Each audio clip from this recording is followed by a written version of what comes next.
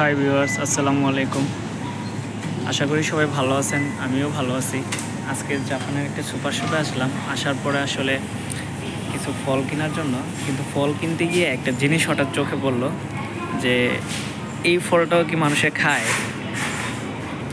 যে আসলে এই ফলটা কি খাওয়া সম্ভব কিনা আমি জানি না। এই ফলটা হচ্ছে বাংলাদেশে হয়তো ডুম্বুর নামে পরিচিত, বাট জাপানে এটার নাম হচ্ছে শিজুকা নো ইচিকো, মানে ডুম্বুর নামটা। তবে বাট এই ফলটা কি মিষ্টি কিনা সেরকম আসলে কোনো কিছু লেখা নাই।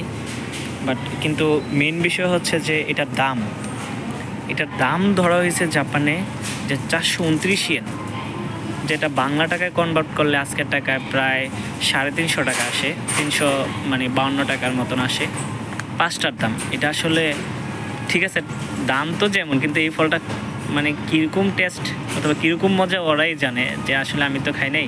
বাট কিন্তু এটা যে খাওয়া যায়, এটা আসলে জাপান না আসলে হয়তো বোঝা যায় না। এরকম আরও কিছু আনকমন ফল দেখলাম যেগুলো আসলে যে ওরা এগুলো খায়, যে ওইগুলো খায় কি যে কী মজা পায় আসলে এটা আমার ধারণা নাই। কিন্তু ডুম্বুর যে বাংলাদেশের মানুষ খায় কিনা সেটা আমি জানি না, তবে যদি আপনারা জানেন তাহলে অবশ্যই কমেন্টসে জানাবেন।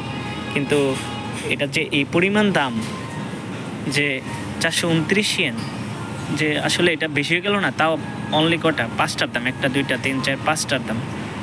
এটা আসলে যে কী পরিমাণ দাম ওরাই ভালো জানে। যে যাকে এটা নিয়ে আর কিছু না বলি, এপাশে কিছু লেটেস্ট পাতা আছে যেগুলো আসলে জাপানে কাঁচাই মানুষে খেয়ে ফেলে। এগুলোর দামও হচ্ছে 246 ইয়েন করে।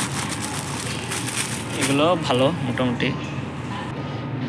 তারপরে এই পাশে লেবু আছে, যে এই লেবু এক পিসের দাম হচ্ছে 105 ইয়েন করে।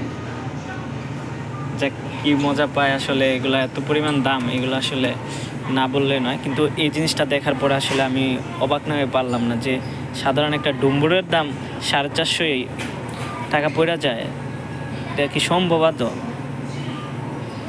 তো এটাই আজকে শেয়ার করলাম আপনাদের সাথে। যদি ভিডিওটি অবশ্যই ভালো লাগে তাহলে লাইক কমেন্টস করবেন। ভালো থাকবেন, আল্লাহ হাফেজ।